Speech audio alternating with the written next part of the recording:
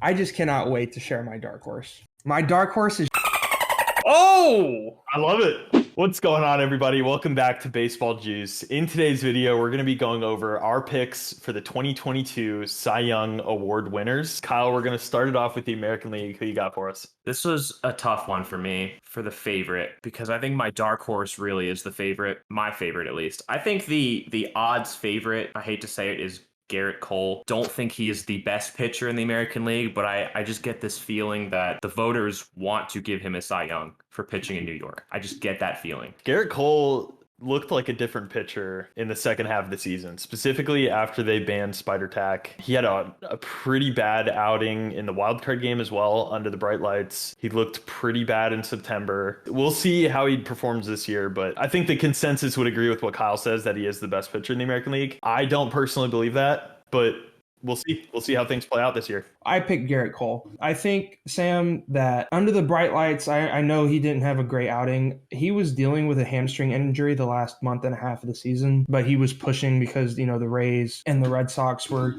and really even the Blue Jays, the last 2 months of the season, they're keeping up at such a torrid pace. And then the Yankees offense was so stagnant that they kind of needed Garrett Cole every fifth day. They would have had him every third day if they could help it. It's definitely not a lock, but it's the logical pick in my mind. incoming Yankee hate. We'll welcome it all. I don't know if we've actually publicly disclosed this yet, but we are all Rays fans. So we're sorry, but we're really not sorry. Watch Baseball Juice if you like John Boy but hate the Yankees. Yeah, That's our sales pitch. We've got two guys that slated in Garrett Cole for Cy Young this year. Nick, who'd you pick? All right. Technically, I think this could be a dark horse. I am so up on this guy that I am picking him for my guy, and his name is Nathan Eovaldi.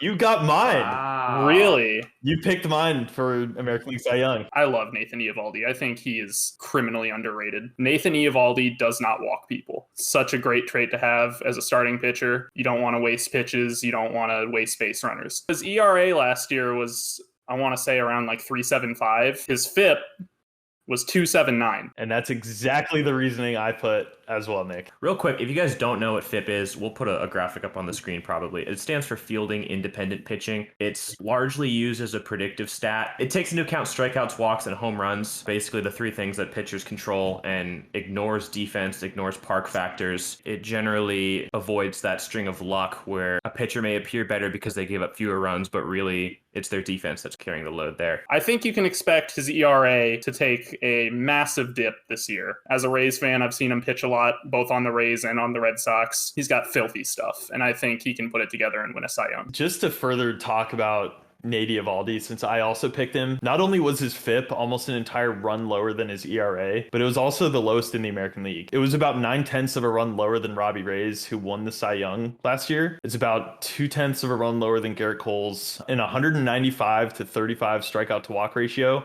which comes out to 5.7. League average is 2.8. So he'd almost twice the league average strikeout to walk ratio. He has a fastball that reaches triple digits. He has a cutter that plays off of it, and one of the nastiest splitters in the league. I love Nathan Eovaldi as a Cy Young pick. Jacob is waving his pen at us right now, and I'd love to hear what he has to say. He's about to lecture us on something here. The reason that his ERA was much higher than his FIP, the left side of his infield is Xander Bogaerts and Rafael Devers. Oh, That won't change. I will say, to back you guys up, Eovaldi also goes deep into games. He is an absolute warrior. I actually really like the Eovaldi pick. I just wanted to be sure to bring up that we may see another 3.75, Right. 2.8 deal. Well, Fenway is also a huge hitter's ballpark too. So we're going to go ahead and move on to Kyle's dark horse American League Cy Young pick. Kyle, take it away. This is actually funny. It's a guy that I thought I was going to hear Sam pick, and I picked him for largely the same reasons that Nick and Sam went with Eovaldi. That guy is Dylan Cease for the Chicago White Sox. Basically, when I'm looking at what a pitcher's going to do, a lot like Nick, I want to see how much they strike out guys and how much they walk. Last year, Dylan Cease had a 12.3 strikeouts per 9 innings and a 3.7 walks per 9 innings. That was top 10 in the American League last year with the fourth best FIP. At the same time, he's going into 26-year-old season, and I expect him to take a step forward where a lot of the other big names are going to be taking steps back. I would absolutely love to chime in here and applaud Kyle for his excellent diligence of looking into Dylan Cease for this year. I've been saying it since the end of last year that Dylan Cease is a guy to watch for this year. He was also my dark horse pick He's been improving every year. His fastball carries through the zone. I think it has one of the highest spin rates in all of baseball. His knuckle curve literally falls off the table.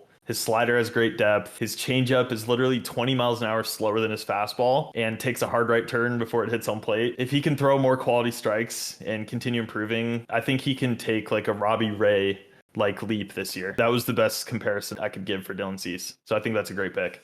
Who you got, Nick? I feel like I'm going to get some hate for this, but I will say it anyway. My dark horse pick for Cy Young, Hyunjin Ryu. It's bold. It's bold. It's bold. I understand. I'm not going to sugarcoat it. He sucked last year. But I want to take you guys back to the 2019 and 2020 seasons. This man in 2019 led the league in ERA+. He led the league in walks per nine. I just think that that's more reflective of the kind of pitcher that he is. I think he's more of a guy that will sit in the low to mid twos for ERA. Do I really think he's going to win Cy Young next year? No. But I'm afraid that no one is including him in the conversation whatsoever. And I think just in the past, he's been too good of a pitcher to completely leave out of that conversation. I can see Jacob is holding back many words. I just cannot wait to share my dark horse. I think you're up, my man. Okay. All right, guys. My dark horse is Shane Baz. Oh! I love it. The other Shane.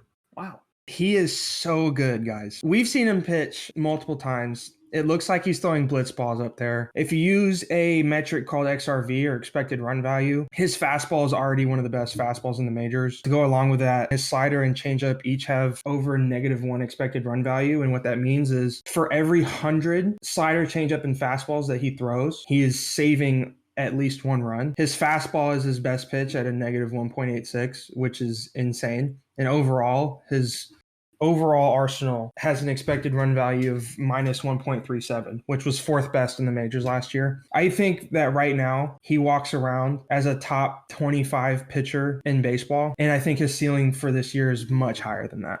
That's a lot of praise for a guy that has 13 innings at the major league level. I went to a game last year where he struck out 9 against the Marlins. I've never seen hitters look as confused at the plate as the Marlins lineup did against him. He features a fastball that reaches the triple digits, a really good slider, great curveball, and I'm pretty sure he's been developing a changeup as well. His changeup is already really good. He's going to be really fun to watch this year. With that being said, let's go ahead and move on over to the National League. Kyle, if you want to start us off. There's two guys here in my mind. I went with the guy who it's his until it isn't, and that's Jacob deGrom. He's unlike any other pitcher in the league right now, I think. And he was hurt last year, but that's kind of the first we've seen an extended injury in his case. So I really hope he comes back and is able to stay healthy. He can really just put together another Cy Young season on top of the 2 that he has already. Did anyone else pick Jacob deGrom for NL Cy Young? Just me. Wow. I'll be interested to see what you guys go for. But yeah, just to round out the Jacob deGrom discussion, when he's healthy, he is undeniably the best pitcher on the planet. It's just is what it is. I'd also like to point out, like in his shortened season last year, his numbers were stupid. Jacob deGrom posted an ERA plus of 373 last year.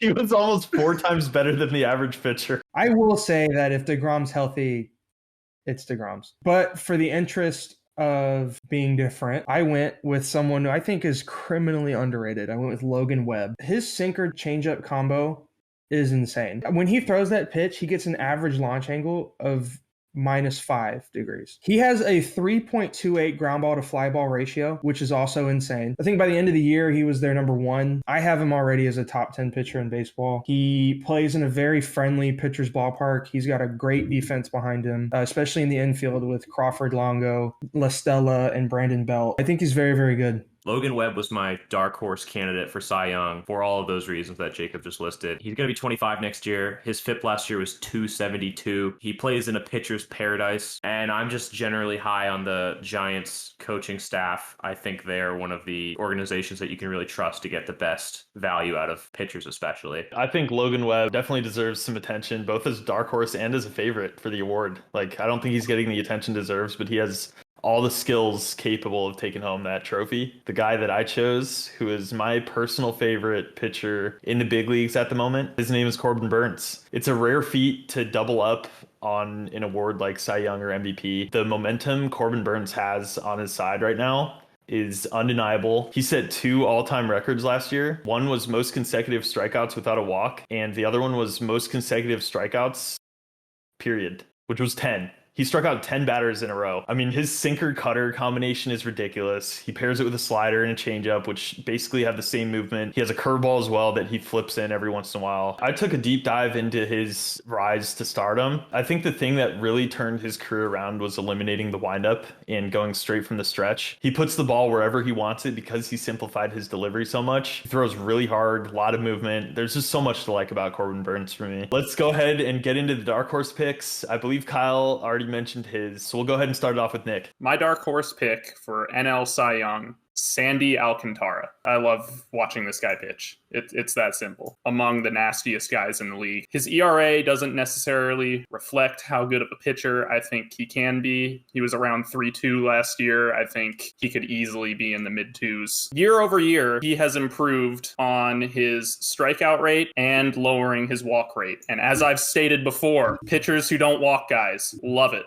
And he is constantly working on improving that aspect. The Marlins pitching staff is going to be special. Trevor Rogers and Pablo Lopez are both ridiculous pitchers in their own right. The latter of what Sam said is my dark horse. What draws me to Pablo Lopez the most is his changeup. I think it's the second best changeup in baseball. He gets a lot of whiffs with it, and even when opposing hitters do make contact, it's very weak, and I think he'll wind up with a sub-3, almost 200 strikeouts, and a whip right around 1.0. Just to kind of display the depth of the Marlins pitching staff, I almost picked a third different Marlin as my dark horse, which would have been Trevor Rogers. I'll go ahead and give you guys my actual dark horse pick. He was my front runner for the American League Cy Young last year until he missed some time towards the end of last season. He is now a teammate of Logan Webb's, and his name is Carlos Rodon. He really put it together last year. He was once considered a failed prospect. Fastball velocity took a huge jump up. He was one hit batter away from throwing the 24th perfect game in MLB history. He finished the year with a 2.37 ERA in 132 innings with 185 strikeouts in those 130 innings. That's a 12.6 K per 9. Like you kind of talked about with the development of Giants baseball players and how they tend to improve once they hit that organization, I think he's the perfect candidate for the dark horse. I mean, he showed flashes